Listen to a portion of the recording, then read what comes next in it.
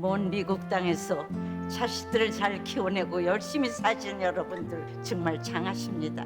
안녕하세요. 전원주입니다. 전쟁도 가난도 겪은 우리 세대는 참 눈물겨운 세월을 살았죠. 아메리칸 드림을 이루기까지 여러분들의 세월이야 어떠셨겠습니까? 건강 관련 프로그램에 출연하면서 요즘 제가 깨달은 건요, 양 한 방을 잘 결합하는 게 최고의 건강 관리라는 겁니다.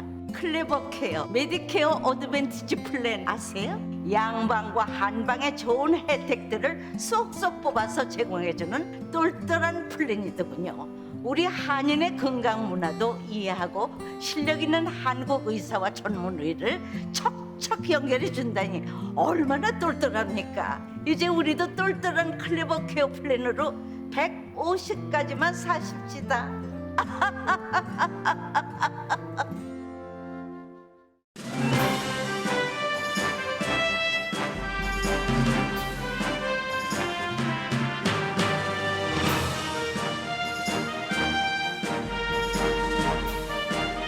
봄을 기다리는 설렘으로 행복한 2월 되시기를 라디오 서울이 응원합니다.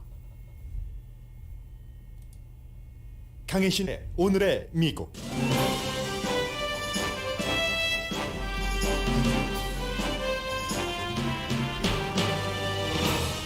1월의 소매 판매가 12월에 비해서 3.8% 증가했습니다. 전문가 예상보다 높아 인플레이션이 우려됩니다. 러시아가 우크라이나를 침공하면 미국 내 인플레이션은 10%가 넘고 캘리포니아주 가솔린 값도 평균 $5 이상이 될 것으로 전문가들이 전망합니다. 푸틴 대통령은 우크라이나 주변에서 추가 철군했다고 밝혔지만 미국과 나토는 전쟁을 일으키지 않을 만큼의 철군이 아니라고 말합니다. 바이든 대통령은 미국인과 러시아인을 향한 연설을 했습니다. 미국인에게는 전쟁을 막아야 하는 이유를 말했고 러시아인에게는 미국은 러시아인을 적으로 생각하지 않는다고 강조했습니다. 문제는 푸틴의 마음을 아무도 못 읽는 것이고 그 사이 푸틴은 미국도 쥐었다 폈다 하는 최고의 지위를 누리고 있습니다. LA 카운티에서는 오늘부터 백신 접종 여부와 상관없이 실외에서 야외에서 마스크 착용을 하지 않아도 됩니다. 찬반 논란 강합니다. 질병통제국은 크루즈선에 대한 코비드 경고를 완화했습니다. 캐나다에서 미국과 통하는 길을 막고 시위한 트럭기사 시위 비용의 거의 반이 실리콘밸리를 포함한 미국인들이 지원했습니다. 베이징 올림픽의 핫 이슈는 오늘도 러시아의 어린 스케이터의 금지 약물 복용에도 불구하고 경기를 이어가게 하는 이슈입니다. 국제올림픽위원회가 러시아 편에 내지는 미국 선수를 차별한다는 논란이 있습니다. 올림픽 기간 중 모든 주요 매체는 클로이 김 선수를 포함한 동계올림픽에 출전한 아시안 아메리칸 선수가 받는 인종차별을 보도합니다. 여러분 안녕하십니까? 오늘의 미국 강혜신입니다. 오늘 이제 경제에 관해서 여러분들이 걱정하고 계시는 여러 가지 부분들에 대한 약간의 해답이 될 수도 있는 지표 같은 것들이 발표가 됐는데 9시 35분경에 전해드리겠습니다. 먼저 여러분들께서 주무시고 계시는 동안에 오늘 새벽 0시 1분부터 LA 카운티에서도 실외에서는 마스크 착용 의무가 사라졌습니다. 킨더가든에서 12학년까지 학생들 학교 가면 학교 안에서는 교실 안에서는 써야지 되지만 실외 활동이 많죠. 그런 활동에 대해서는 마스크를 쓰지 않아도 되고 그리고 무슨 헐리우드볼 행사라든가 아니면 오늘 당장 있죠. 그 슈퍼볼에서 승리한 LA 램스 축하 퍼레이드라든가 이런 그 많은 사람들이 모이는 이벤트, 스테디움 아니건 바뀌건 소파이 스테디움도 마찬가지고요. 다저 스테디움, 로스앤젤레스 메모리얼 콜로세움에서도 마스크를 안 써도 되게 됩니다. 그래서 이제 인구가 약 1,000만 명인 로스앤젤레스 카운티에서 7일 동안 날마다 병원 입원율이 2,500명 아래로 됐기 때문에 이 같은 결정을 했고 하루 확진자는 지금 평균 4,100명입니다. 일주일 전보다 81%나 줄어들었습니다. 보통 이제 질병통제국은 2주일 통계를 내라고 하지만 이 LA는 지금 일주일 통계로 내서 이렇게 많이 81%나 줄어들었다 해서 이 같은 결정을 했습니다. 그렇지만 실내에서는 백신 접종을 받았어도 마스크 착용 로스앤젤레스 주민은 하셔야지 됩니다. 이게 이제 주정부와 많이 달라서 혼돈도 되고 하시는데 또 주정부는 오늘 새롭게 발표한 것들도 있는데 백신 접종을 받았으면 그 실내에서도 마스크 착용을 하지 않아도 되는데 이게 특별한 예외는 물론 있습니다. 백신 접종을 받았어도 위험도가 높으신 분들은 마스크 착용을 할 것을 권하고요. 이건 이제 개인이 다 알아서 하시겠죠. 그리고는 이제 2살 이상 대부분의 사람들은 실내 공공장소에서도 마스크 착용을 걷어냈습니다. 실내외가 캘리포니아 주정부는 그렇게 하는 것이고 그런데 이제 뭐 병원이라든가 양로병원 또 버스를 타실 때 메트로역, 뭐 버스 정류장, 노숙자 쉘터 등 이런 시설에서는 여전히 마스크 착용 의무화고요. 당연히 그 의료시설도 마찬가지입니다. 학교의 경우는 어떻게 할 것인가 이제 2월 말에 마지막 날에 최종적으로 실내에서 마스크 착용 여부를 발표를 한다고 합니다. 그러니까 주정부에서 발표해 놓은 것이 훨씬 느슨한 셈이죠. LA 카운티와 비교하면. 그런데 이제 캘리포니아주도 여러 카운티가 있기 때문에 대부분의 카운티에서 주정부의 발표에 따릅니다. 그런데 이제 LA 카운티가 조금 더 강하게 가고는 있는데 디즈니랜드 뭐 애나하임에 있는 바로 그것은 주정부 가이드라인에 따라서 원래 발표한 대로 백신 접종을 받으셨으면 여러분들 실내 식당 또 실내 스토어에서 마스크 안 쓰셔도 되고요. 어제부터 당장 시행했습니다. 또 백신 접종을 안 받으신 분들은 마스크를 써야지 된다 하는 규정은 정해놨지만 그렇다고 디즈니랜드 직원들이 실내에서 백신 접종 카드를 이제 더 이상 확인하지 않습니다. 자율에 맡긴다는 얘기가 되고요. 너츠베리 팜이나 부에나팍 또 샌디에고에 있는 시월드 다 마찬가지로 LA 카운티와는 달리 주정부 가이드라인에 따릅니다. 주정부는 이제 실내에서도 특별한 경우를 제외하고는 마스크를 쓰지 않아도 된다고 하니까요. LA 카운티처럼 조금 아직 빡빡하게 하는 곳은 산타클라라 그리고 멘도시노 이 정도입니다. 아마 여러 가지 얘기를 들어보면 로스앤젤레스 카운티는 다음 달까지도 실내에서 마스크를 3월까지도 써야지 되지 않을까 이렇게 얘기를 하고 있는데 질병통제국 안내에 따른다는 거예요. 그런데 논란이 굉장히 많죠. 지금 슈퍼바이저 위원 가운데서 대표적으로 실내에서도 이제 더 이상 마스크 쓰면 안 돼 하는 사람이 제니산 슈퍼바이저입니다. 그리고 지난번에 우리가 슈퍼볼 경기를 할 때 소파이 스테디움 안에서도 얼마나 많은 사람들이 안 썼는데 그런 것은 가만히 두고 실내에서 마스크 착용을 해야지 된다는 것만 지키면서 스몰 비즈니스를 하시는 그 업주들에게 벌금을 물게 하고 이게 말이 되느냐 하는 게 하나의 의견, 제니산 슈퍼바이저를 대표로 해서 하는 의견이고 또 다른 것은 그 슈퍼바이저 위원장인 홀리 미첼 의장 같은 경우는 상식적으로 우리가 볼 때 이건 공공보건이 아니냐. 돈이 가장 적게 들고 사람들의 건강을 지킬 수 있는 것이니까 아주 안전해질 때까지는 실내에서 마스크 착용을 하는 것이 맞다. 이렇게 해서 논란이 됐는데 이제 모르겠어요. 그런데 실외에서는 마스크를 안 써도 되고 실내에서는 써라. 이게 불편한 건 사실입니다. 그럼 걸어 다닐 때는 안 쓰다가 걸어서 끊임없이 하루 온종일 배회만 하는 건 아니잖아요. 사람들이 어디를 걸어서 어디를 가죠.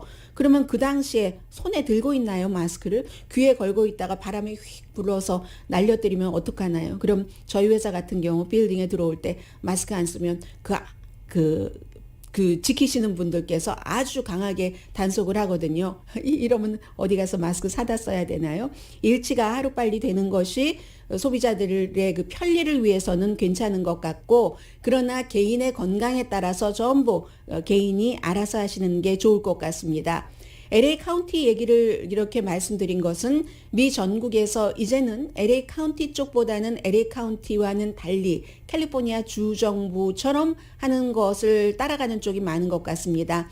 그만큼 이제 오미크론이 약하기도 했고 많이 지나가서 많은 사람들이 감염됐기 때문에 이제는 오미크론으로 대해서는 아주 대단한 걱정을 할 필요는 없을 것 같다는 느낌도 들고요. 그렇지만 또 다른 것이 올지는 모르고 오히려 한국을 걱정해야지 됩니다. 여러분 한국에 가족이 계시는 분들 그동안 한국이 괜찮다 해서 안부 인사도 안 하셨던 분들은 그 전화라도 거시는 게 좋겠습니다. 한국이 지금 확진자가 9만 명이 넘어서 날이 새면은 10만 명이 넘을 수도 있다고 하거든요. 그럼 생각해 보면 어느 정도냐면 미국이 인구가 3억 3천만 명 정도가 되는데 전국에서 확진자가 11만 명입니다. 한국이 미국보다 인구가 6분의 1도 안 되는데 지금 미국과 거의 마찬가지라는 얘기잖아요. 그러니까 한국이 지금으로서는 굉장히 위험하고 그런데 미국도 일주일 전에는요, 전국적으로 확진자가 80만 명 넘었습니다. 86만 명 정도 됐거든요. 그런데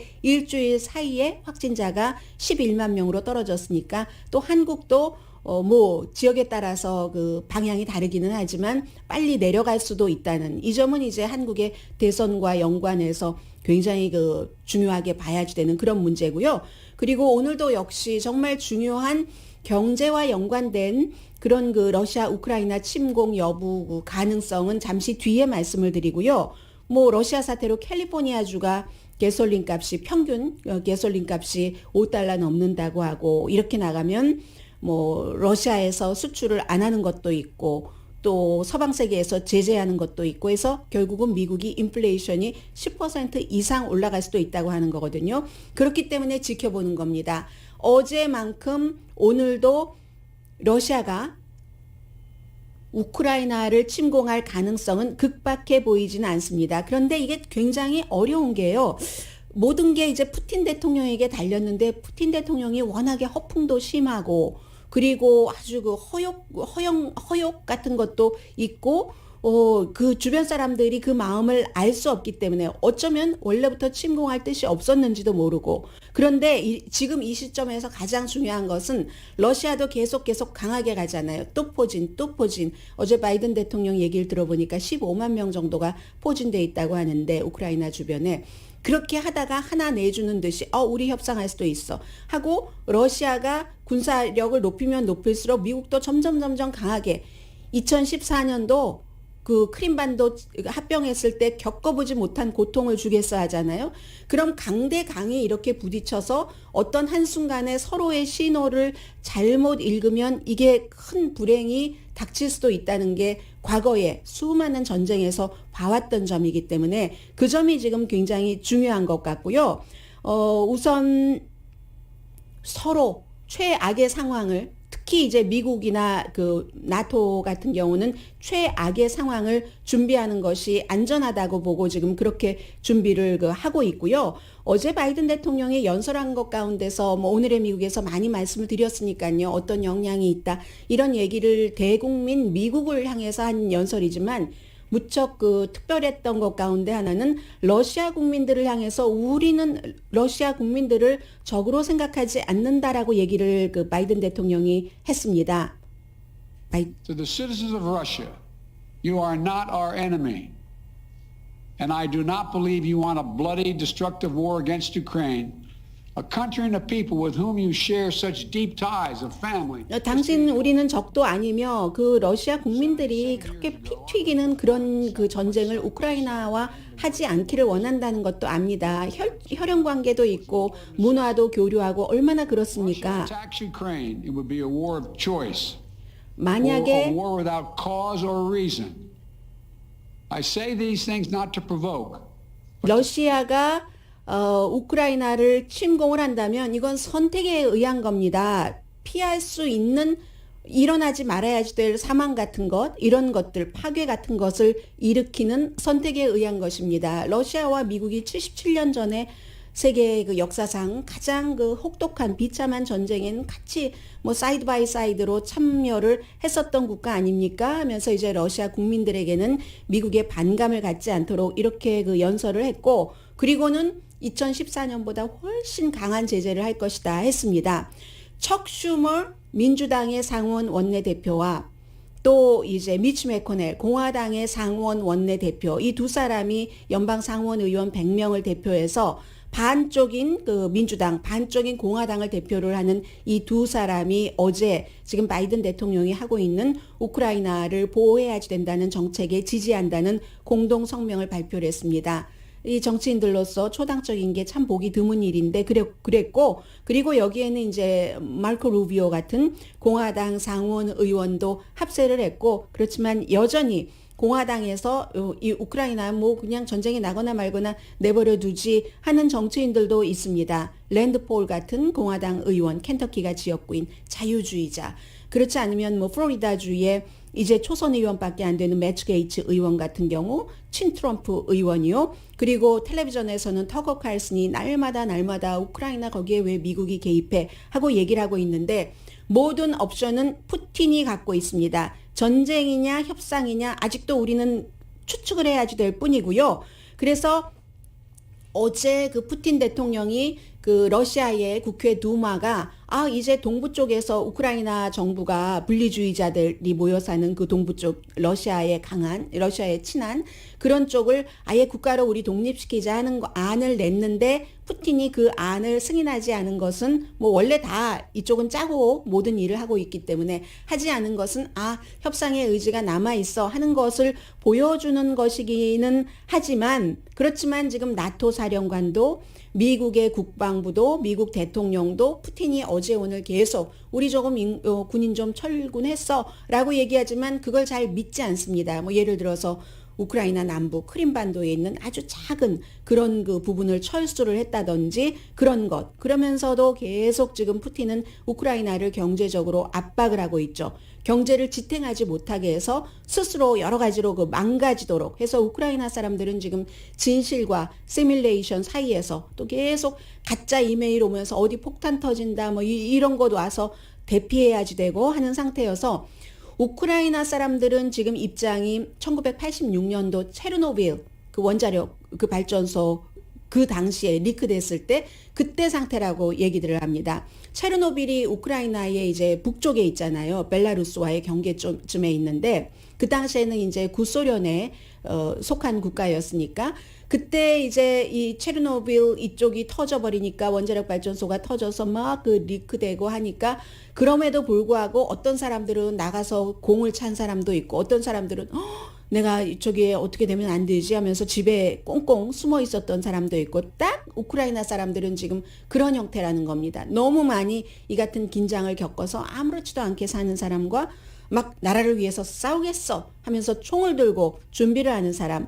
러시아가 문제는 중요한 것은 정말로 경제적인 압박을 받느냐 받지 않느냐 하는 건데, 2014년 크림반도 점령 이후에 2018년까지 지금 국제통화기금에서 계산한 것에 따르면 미국과 서방 세계가 러시아에 대해서 경제 제재를 한 것으로 러시아의 GDP는 0.2%라고 하던가요? 0.2% 정도 줄어들었을 뿐이랍니다. 그리고 러시아도 그동안에 준비를 했죠. 또다시 이런 일을 내가 할 때 서방 세계에서 어떻게 할 테고 하면서 페이먼트 시스템 같은 것도 만들어뒀고 해서, 심지어 푸틴의 주변 엘리트 사람들의 뭐 자산을 동결한다. 이게 별 효력이 없을 것으로 봅니다. 그 사람들 다 러시아 시스템을 갖고 있기 때문에, 그리고 그러면 그럴수록 더 푸틴 사이로 뭉친다는 거죠. 그 내부에서는 힘있고 돈 있는 사람들이 방탄조끼를 입은 겁니다. 푸틴은 지금 그 내부에서는 그런 상태고,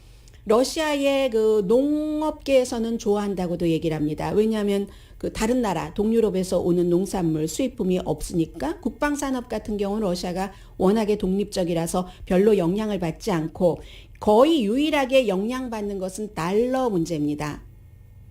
러시아 일반 국민들도 저축하는 것은 거의 달러로 하고요. 그리고 러시아가 국제사회와 무역을 할 때 이 거래를 그 스위프트 코드라는 것을 거래를 못하게 하면 러시아는 힘들죠. 유럽도 마찬가지고 러시아와 에너지 같은 것을 많이 교류하니까, 그 수출하고 수입하고 하니까 결제 수단을, 미국은 뭐 오일 거래가 있기는 하더라도 그다지 크지 않기 때문에 별 영향을 안 받으니까 미국은 러시아가 스위프트 코드를 못 써야지 된다라고 얘기하고, 유럽은 이걸 조금 꺼리고 있는. 그래서 유일한 아주 강한 무기는 지금 스위프트 코드를 못 쓰게 하는 것과 결제요. 달러 결제. 그리고 일반인들의 달러. 이 부분입니다. 그래서 러시아로서는 뭐 여러 가지 침공하지 않을 이유들 무척 많고 뭐 침공할 수도 있고 안 할 수도 있고 푸틴은 언제나 막판에 중대 결정을 하니까 러시아와 그 미국이 계속 강강 나가다가 이걸 굉장히 우려하는 전문가들이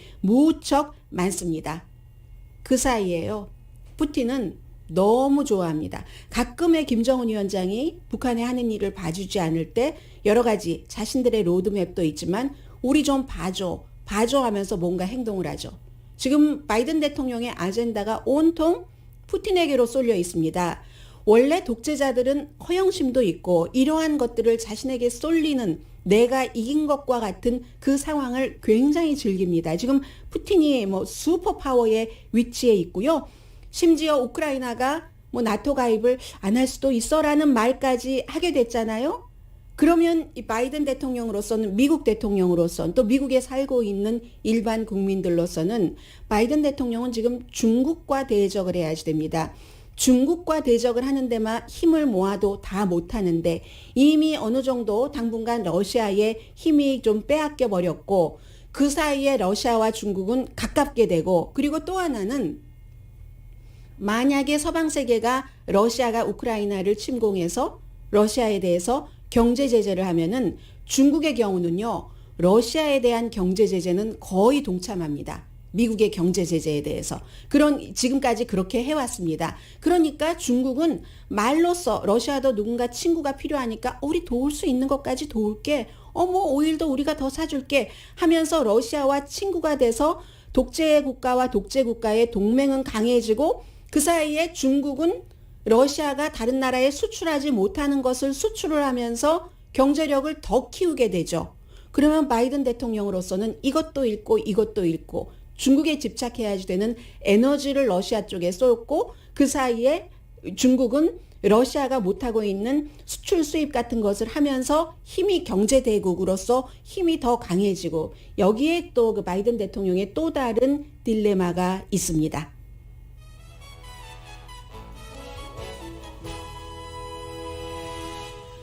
오늘의 미국은 전문가가 추천하는 이민법, 가정법 전문 재인정 종합법률사무소, 코지다운 갤럭시 이불은 잠이 솔솔 오게 하는 기능성 거위털 이불, 거위털 이불 전문회사 코지다운, 친절하고 자세한 상담으로 절개를 최소화하는 복강경 수술 전문 장지아 외과, 매일 아침 재래식으로 직접 만드는 검정콩 생순두부, 수라원 순두부, 덜마지 올세라 MRT 특별 패키지로 여러분의 아름다움을 찾아드리는 미러클 레이저 클리닉, 차원이 다른 샴푸형 흰머리 염색약 수화연을 핫세일 중인 한국 홈쇼핑 공동 후원입니다. 잠시 뒤에 그 베이징 올림픽에 대해서 좀 전해드리겠는데 올림픽의 뭐 순서 한국도 금메달 땄고 미국은 하키팀이 아니 이렇게 져서 그 높은 곳으로 못 가게 됐어 하는 뉴스도 있습니다. 그런데 오늘 제가 여러분들께 전해드리고 싶은 것은 몇 번이나 지금 기회를 봤는데 오늘쯤은 전해드려야지 될 것 같다 싶어서 과거부터 지금까지 에이시안 아메리칸 선수들이 동계올림픽에서 여러 가지 그 신체적인 조건들이 맞아서 동계올림픽에 그 에이시안 아메리칸들이 많이 그 참여를 하고 있잖아요. 미국 대표 선수로. 그럼에도 불구하고 메달을 땄어도 얼마나 인종차별은 이어지는가 하는 내용들 거의 모든 매체가 지금까지 보도를 했거든요. 잠시 뒤에 그 내용을 중심으로 좀 전해드리겠습니다.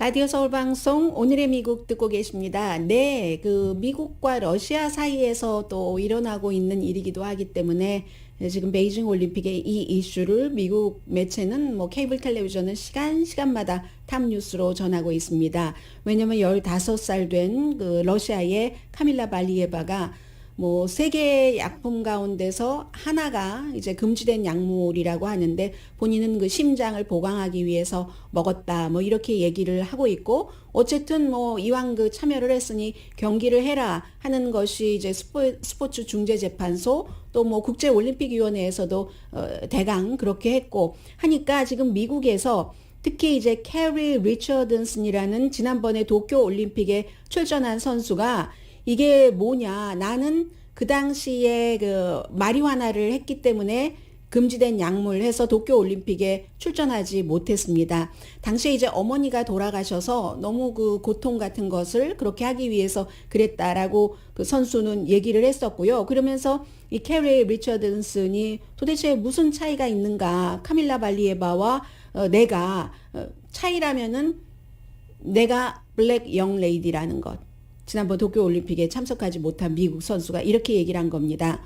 거기에 대해서 국제올림픽위원회가 이중잣대가 아니다. 이건 왜냐하면 그 캐리 리처드슨 선수는 6월 19일에 그게 이제 발견이 됐고 올림픽 시작하기 전이었기 때문에 그 경우에 이제 그 마리화나하고 하면 한 달간 금지랍니다. 이 마리화나도 여러 가지 그 성적을 좋게 해줄 수 있는 뭐 에너지가 되니까는요. 그래서 그랬다고 하고 카밀라 발리에바 같은 경우는 올림픽 기간 중엔 그게 없었고 무슨 연유인지 12월 달에 한 게 지금 드러나서 그러니까 그렇다라고 얘기를 하는 것이거든요. 근데 이 부분에 대해서 그때 그것이 왜 지금에서야 드러났는지 그런 부분들이 또 확인되기 전에 경기를 하도록 한 것은 또 메달리스트가 되도록 한 것에 대해서는 불만할 만한 충분한 이유는 있는 것 같고요. 그래서 이 문제는 굉장히 논란이 되고 있습니다. 일단 메달리스트가 된다 하더라도 그 이벤트 같은 거, 축하하는 이벤트 같은 것은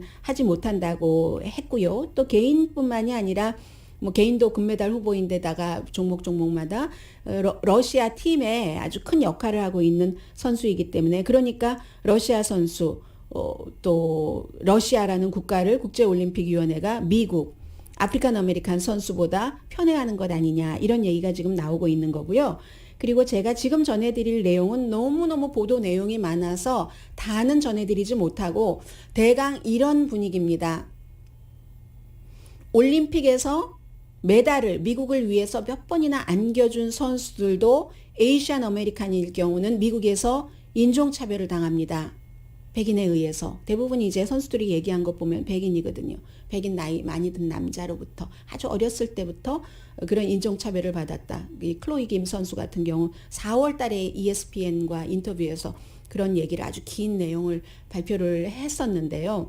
아무튼 그래서 제가 지금 전해드릴 내용은 제일 먼저 사실은 에이시안 아메리칸들이 이번에 동계올림픽에 굉장히 많다는 것을 보도했었던 매체는 뉴욕타임즈입니다. 그 다음에 뭐 워싱턴 포스트, ESPN, 크리스찬 사이언스 모니터 이런 등등의 많은 매체가 아직도 이런 것들이 많은데 그게 30년 전부터였다. 그런 얘기들을 많이 하고 있거든요. 그래서 이제 좀 전해드리겠습니다. 이 크리스티 야마구치가 일본계 미국 선수요. 그때 그 다음이 이제 미셸 칸이었잖아요. 중국계. 그러다가 이제 한국계인 클로이 김으로 이어진 건데 종목은 다르지만 클로이 김 경우에 겨울 동계올림픽에서 전부 금메달을 따고 완전히 특히 동계올림픽은 클로이 김도 얘기를 하는데 동료 지금 그 하프파이프 이 선수 가운데서 그 전에 평창올림픽에 갈 때도 그랬고 백인밖에 없다는 거예요. 그 사이에서 훈련받고 어렸을 때부터 이 스노보딩을 탔으니까 13살 때부터 탔으니까 그런 많은 것들 클로이 김 얘기는 나중에 전해드리고요. 전반적으로 이 모든 매체들이 지금 동계올림픽에 미국 대표로 출전하고 있는 중국을 위해서 뛰는 선수들도 몇 명 있고 대부분 에이시안 아메리칸이 거의 미국을 위해서 뛰죠. 그런 모든 선수들이 이런저런 이유로 에이시안 선수라는 이유로 차별을 받고 있다는 겁니다. 크리스티 그 야마구치 얘기는 말씀 안 드리겠어요. 너무 오래전의 일이기 때문에 오늘 워싱턴 포스트가 아주 길게 보도를 했는데 뭐 네 얼굴에 뭐 겨울 동계올림픽이 어울리지 않는다. 따서 미국에 메달 줄 때 그때뿐이라는 거예요. 그리고 메달리스트인데도 얼마나 그게 심한지 연습을 하는 그 가운데에서도 뭐 그런 것들을 다 겪는다는 겁니다. 지금도 뭐 캐런 첸, 알리사 리우, 아일린 구가 엄마 때문에 중국으로 해서 뛰고 있고 클로이 김은 미국 팀이고 주이는 아예 그 여권까지 국적까지 그 중국으로 했고 하잖아요. 그런데 미국의 에이시안 아메리칸은 이길 수 없다는 인식 같은 것들이 있답니다. 그리고 심지어는 중국을 위해서 메달을 땄다고 이 누구죠? 그 박스 텔레비전에 그 터커 칼슨 같은 경우는 배신자 막 이렇게 그 아일린 구 선수에게 얘기를 그 하고 있고요. 지난번에 그 골퍼 데니엘 강도 도쿄올림픽에서 뭐 정말 중국으로 가라. 사람들이 그런데요. 물론 이 선수는 클로이 김이나 다른 선수들처럼 이렇게 높은 단계에 올라와 있지는 않지만 중국으로 가라. 본인을 보면서 그렇게 얘기할 때마다 아니 왜 사람들은 아시안 하면 중국밖에 모르나? 나보고 왜 중국으로 가라고 하지? 난 코리안 아메리칸인데? 하고 어떤 사람들은 너 저녁에 개고기 먹니? 막 이런 것들도 물어보고 한다고 하고요. 또 다른 아시안계 선수들은 본인들이 이제 이 메달을 따고 유명해져서 텔레비전 프로그램을 다른 사람들과 함께 촬영을 하고 있을 때 길에서 가다가 누군가 기 차 안에서 막 이 선수에게 스프레이 같은 거 뿌리는 것들, 체조 선수 이런 것들을 많이 당했고 이건 일본계 선수, 한국계, 중국계, 심지어 그 마운틴 그쪽 지역에 사는 그 몽계 선수 이런 모든 선수들이 다 겪는 일이라는 겁니다. 에이시안 아메리칸으로서 그리고 거의 대부분이 미국에서 태어났잖아요. 미국에서 태어나고 미국에서 자라고 미국에서 학교 교육도 받고 그래서 미국에 메달을 안겨줬는데 그러고는 그렇다. 클로이 김 선수 얘기를 좀 전해드리겠습니다. 나는 올림픽 금메달리스트인데도 인종차별에서 예외가 아니다. ESPN에 보도된 내용이에요. 미국이 나를 받아들이지 않는 느낌을 많이 받는다는 겁니다. 날마다. 그래서 어떤 때 헤어스타일리스트와 이 인종차별에 대해서 얘기를 하는데 헤어스타일리스트도 코리안 아메리칸이라고 얘기를 하면서요. 그러면서 뭐 이런 것들이 너무너무 다반사라는 거죠. 뭐 바보 같은 에이시안이라던가 하루에 인종 혐오 메일을 30번 받는 적도 있고 그리고 또 이쪽에서는 이 클로이 김 같은 경우는 하도 어렸을 때부터 그런 인종차별을 당해서 묵묵하게 아버지도 인종차별은 없어지지 않는다 하면서 네가 이겨라 하니까 묵묵하게 지내려고 하는데 또 요즘에는 코비드 19 때문에 많은 사람들이 너는 그렇게 유명해진 그 영향력이 있는 선수니까 네가 좀 나가서서 아시안 아메리칸에 대해서 얘기를 해라 해서 지금 얘기를 많이 하고 있잖아요. 그런데 어렸을 때부터 페사디나 쪽에 7살 때 식당을 가는데 아버지 어머니 친구들과 식당을 갔는데 옆에 가까이에 백인이 앉아 있었는데 나이 많이 든 백인 남자가 너는 어떻게 이렇게 영어를 잘하니? 그래서 7살 아이가 뭘 알겠어요? 나 여기서 태어나고 여기서 학교 다니고 있고 뭐 이렇게 얘기를 하는데도 웃는 게 이제 비웃음이라는 얘기겠죠. 왜 그 사람들이 7살 때 왜 웃는지 몰랐는데 그런데 학교 다닐 때도 백인들 주변에서 다니고 그런 스포츠 자체도 다 백인 선수고 할 때 그 백인 선수들과 다른 어떤 곳을 가면은 이 클로이 김만 쳐다보면서 야유하고 뭐하는 그런 눈초리. 그런 때 백인 다른 선수들 친구들도 그 개입을 안 해준다는 거예요. 그래서 어느 날부턴가 백인 친구들과 같이 있을 때는 아버지가 그 한국말로 물어봐도 영어로 답변을 했다는 거죠. 그러면 또 친구들이 너 한국말 할 줄 몰라? 이러면 난 한 번도 배워본 적 없어. 한국말 할 줄 몰라 하면서 그때 나는 한국말이 완벽했다라는 그 스트러글을 얘기를 합니다.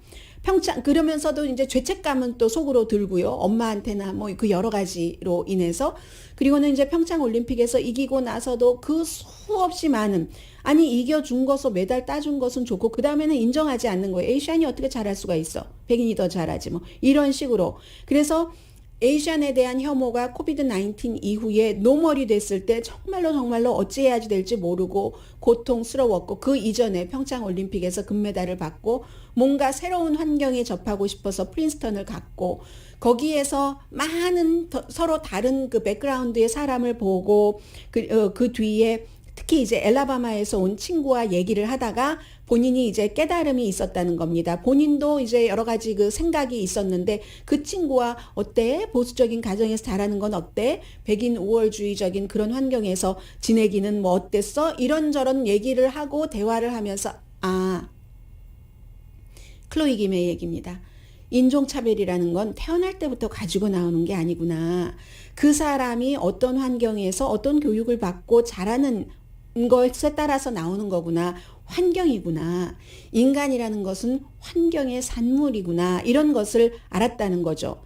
나는 여기서 태어나고 자라고 교육받고 미국을 위해서 메달도 따주고 하는데 여기는 here, 여기는 나를 받아들이지 않는 느낌이 있다는 거죠. 그리고 코비드 19 이후에는 나의 엄마, 나의 아빠를 너무 걱정한다는 거예요.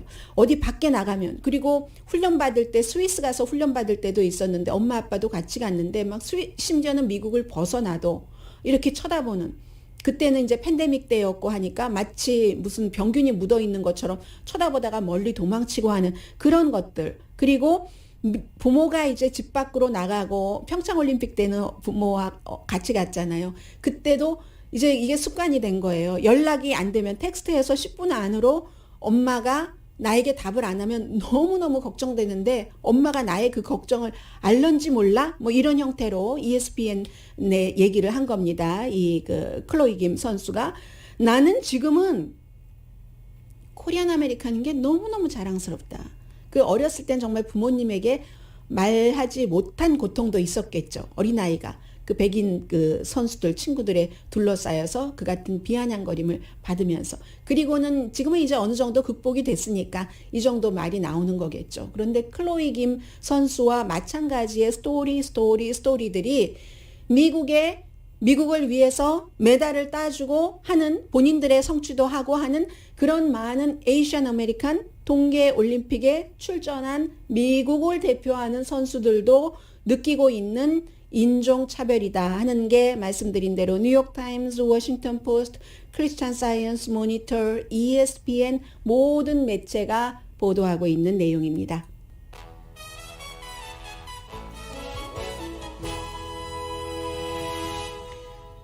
라디오 서울 방송 오늘의 미국 듣고 계십니다. 네, 지금 1월 달에 경제와 관련돼서 소매 판매 12월 달에 비해서 3.8% 늘어나서 예상 밖으로 높았답니다. 상무부는 한 2.1% 되지 않을까 생각을 했는데, 그런데 이제 12월 달부터 1월 달 사이에 물가가 0.6% 올랐으니까 그걸 감안하더라도 판매가 지금 많이 늘어난 거죠. 뭐 온라인 쇼핑, 가구 같은 것들이 많이 팔렸고요. 자동차와 부품도 많이 팔렸습니다. 지난달 줄어들었었죠. 자동차와 부품은. 스포츠 상품과 가솔린 판매는 조금 줄어들었는데, 보통 이제 이런 때는 식품하고 음료수가 어떤 바로미터가 되는데 경제예요. 단지 0.9% 늘어났답니다. 어쨌든 이렇게 전반적으로 1월 달에 소매 판매가 12월 달에 비해서 3.8%나 늘어났다고 하는 것은 인플레이션, 물가가 올라가는데도 사람들이 계속 물건을 산다는 거죠. 그럼 인플레이션이 더 높아질 수도 있다. 사람들도 걱정을 한대요. 인플레이션에 대해서. 그러면서도 소비한답니다. 1년 기준으로 하면은 소매 판매가 13% 지난해 1월보다 올랐거든요. 왜냐하면 이제 가솔린이 워낙에 값이 올라서 33.4%가 늘어났고, 옷 판매가 지난해보다 21.9%가 늘어났습니다. 아무튼 12월 달보다 좀 샤프하게 늘어났죠. 더군다나 할러데이가 끝나고 나서 사람들이 지갑을 연 것이기 때문에, 예전에는 이런 때가 있었어요. 11월 달, 12월 달 할러데이 끝나고 나면 할러데이 때 그 팔리지 않은 물건들을 가전제품이 됐던 옷이 됐던 아주 빅 세일을 하잖아요. 지금 그런 시절이 아니죠. 실내에서 아직까지 로스앤젤레스 같은 경우도 마스크 착용을 의무화하고 있기 때문에, 그렇기 때문에 인플레이션이 걱정될 정도의 소매 판매다 하는 것이고요. 가솔린이 전국적으로는 러시아가 우크라이나를 침공하면 평균 가솔린 값이 레귤러를 말하는 거겠죠.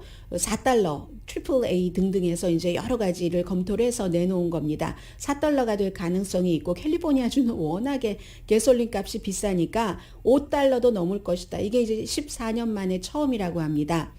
왜냐하면 러시아가 세계 오일 생산의 10%를 차지합니다. 그런데 이제 지역적으로 이제 뭐 천연가스 같은 경우는 40%를 유럽 쪽에 팔고, 또 오일은 30%를 팔고 하는 거죠. 근데 전체적으로는 세계 생산량의 10%를 차지하고 있습니다. 에너지는 모든 것에 다 들어가니까 우리가 가솔린뿐만이 아니라, 그러니까 당연히 인플레이션에 영향을 미치고 정치 구도에도 영향을 미치고 바이든 대통령과 민주당이 힘들어지는 거죠. 그러니까 지금 그걸 생각을 하고 있는 거예요. 연방 가솔린세는 일단 중지시킨다 하는 것을. 그렇게 되는 경우 가솔린 값이 싸질 수가 있으니까는요. 더군다나 이제 팬데믹 초기에 사람들이 가솔린 수요가 없으니까 갤런당 한 2달러 정도 했거든요. 지금은 뭐 3.5달러 정도 평균, 전국 평균이 그 정도는 한답니다. 경제가 완전히 회복되는데도 오일이 필요한데 그 10% 오일 그 생산국인 러시아에 제재를 해서 오일을 수출하지 못하도록 한다던가 아니면 러시아가 얄미워하면서 유럽 쪽에는 팔지 않는다던가 이런 문제가 오면은 미국도 지금 힘들어진다는 거고 이미 뭐 배럴당 지금 뭐 지난해 4월달과 비교할 때도 굉장히 많이 올라서 거의 100달러 가까이 가잖아요. 원유가 배럴당 가격이 100달러 가까이 갑니다. 뭐 96달러, 97달러 이 정도 되는데 캘리포니아는 몇 개월 안에 러시아가 우크라이나를 침공하면 바로 5달러가 가능하다는 거고요. 푸틴이 이걸 아는 겁니다.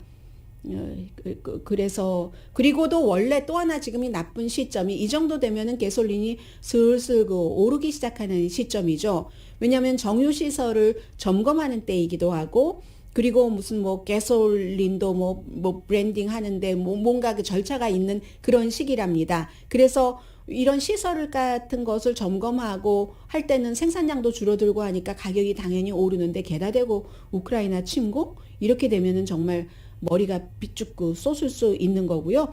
전국 가솔린 값이 2008년도에 피크였습니다. 그 당시에 뭐 그 4달러 11센트였으니까 인플레이션 감안하면 5달러 훨씬 넘었다는 거죠. 5달러 26센트 정도로 계산을 하는데 그때는 그 러시아가 아니라 금융위기였었잖아요. 지금 그때보다는 나은 편이기는 합니다. 그런데 러시아가 우크라이나를 침공하고 나면은 캘리포니아주는 뭐 그때와 거의 비슷한 그런 정도의 가솔린 높은 가격을 각오를 해야지 되는 거죠. 지금도 열심히 서방 세계 국가와 러시아가 어떠한 협상을 이어가고 있습니다.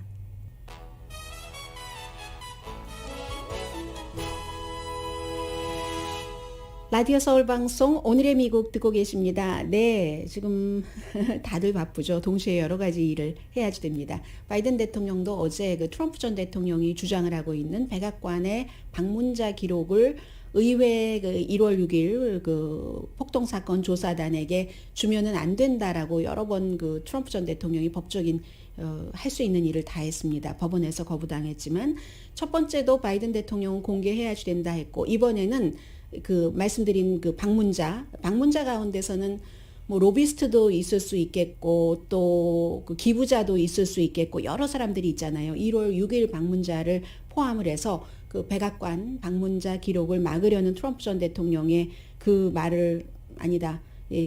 보내라. 공문서 기록소에서 의회에 전달해라 라는 조치를 취했고요. 그리고 또 어제 말씀드렸던 그 세라 페일린 전 엘라스카 주지사가 뉴욕타임즈가 나를 중상 모욕했다 의도적으로 사설에서 이 주장에 대해서는 판사가 기각하겠다 했고 배심원들도 그거는 요인이 안 된다라고 했습니다. 기본적으로는 2011년도에 가브리엘 기포즈 의원이 총격 살해 당했는데 다른 사람들과 함께 그때 세라 페일린의 행동위원회가 가브리엘 기포즈 의원을 포함해서 20명의 의원들을 표적을 삼아서 그 여러 가지 위치 같은 것을 공개를 했기 때문에 이런 일이 일어나는 것이다 하고 이 뉴욕타임즈가 그 위원회에 어떤 그 링크를 시켜놨는데 나중에 조사를 하고 봤더니 그 공격 사건의 용의자는 정신 이상이 있었고 세라 페일린 그 정치행동위원회에서 자극을 받아서 그런 건 아니다라고 했고 당시에 뉴욕타임즈는 바로 사설을 싣고 14시간 만에 우리 잘못이다 하고 잘못을 정정을 했고 또 그 링크도 내리고 했다 뭐 이런 얘기입니다. 그래서 의도적인 게 아니다. 항상 언론에는 의도적인 것과 의도적이 아닌 게 있잖아요. 언론이 보도할 때 뉴욕타임즈가 당시에 그 우리의 잘못이다 하고 시인을 했는데 세라 페일리는 내 이름을 얘기하면서 그 시인을 하지 않았다라고 얘기를 하고 의도적이다, 악의적이다. 그 이후로 내가 많은 피해를 받았다라고 했는데 법에서는 그 언론에 대해서는 어떤 그 표현의 자유 같은 것, 그 악의적이었다면 금방 그렇게 뭐 시인을 하고 뭘 사과를 하고 했겠는가 하면서 그것은 이제 확실하게 그렇게 정리가 됐고요. 오늘의 미국은 전문가가 추천하는 이민법, 가정법 전문 제인정 종합법률사무소 코지다운 갤럭시 이불은 잠이 솔솔 오게 하는 기능성 거위털 이불, 거위털 이불 전문회사 코지다운, 친절하고 자세한 상담으로 절개를 최소화하는 복강경 수술 전문 장지하 외과, 매일 아침 재래식으로 직접 만드는 검정콩 생순두부, 수라원 순두부, 덜마지 울세라 MRT 특별 패키지로 여러분의 아름다움을 찾아드리는 미러클 레이저 클리닉, 차원이 다른 샴푸형 흰머리 염색약 수화연을 핫세일 중인 한국 홈쇼핑 공동 후원이었습니다. 10시에 좋은 아침, 좋은 하루 방송됩니다. 네, 지금 약간의 그 완급 조절이 조금 있는 게 요즘같이 긴장 있는 때는 좋은 것 같습니다. 크루즈선에 대해서는 그 위험도 경고를 4단계에서 3단계로 지금 질병통제국이 내렸고요. 그리고 미국에서도 이 점을 지켜보고 있는데 캐나다의 트럭 기사들이 그렇게 트럭을 미국으로 오는 길을 막으면서 일을 할 수 있었던 것이 호텔비, 먹는 비, 가솔린비, 무슨 비 그 비용이 900만 달러가 거쳤는데 그 가운데서 반은 미국으로 갔고 또 일부는 암호화폐로 거래됐기 때문에 캐나다 정부에서는 이것을 아주 그 철저히 수사를 하겠다. 그런 내용을 얘기를 하고 있고요. 왜냐하면 이런 것들이 계속 번지면 캐나다 정부도 그렇지만 미국도 그렇고 해서 지금 캐나다의 총리가 이 같은 강경한 대책을 하고 있는 것 같습니다. 비상사태도 선포를 했잖아요. 비상사태가 선포되면 경찰이 영장 없이 체포될 수도 있고 영장 없이 구류할 수도 있는 거니까요. 강혜신이었습니다.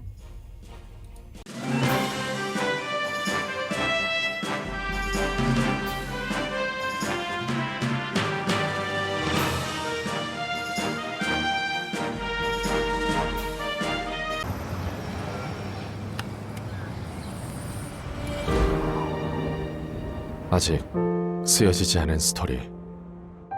그 스토리를 완성하기 위해서는 새로운 아이디어를 찾아 움직여야 합니다. 우리의 움직임, 그것은 차세대 전동화 차량을 만드는 것입니다. 당신의 새로운 영감을 찾아서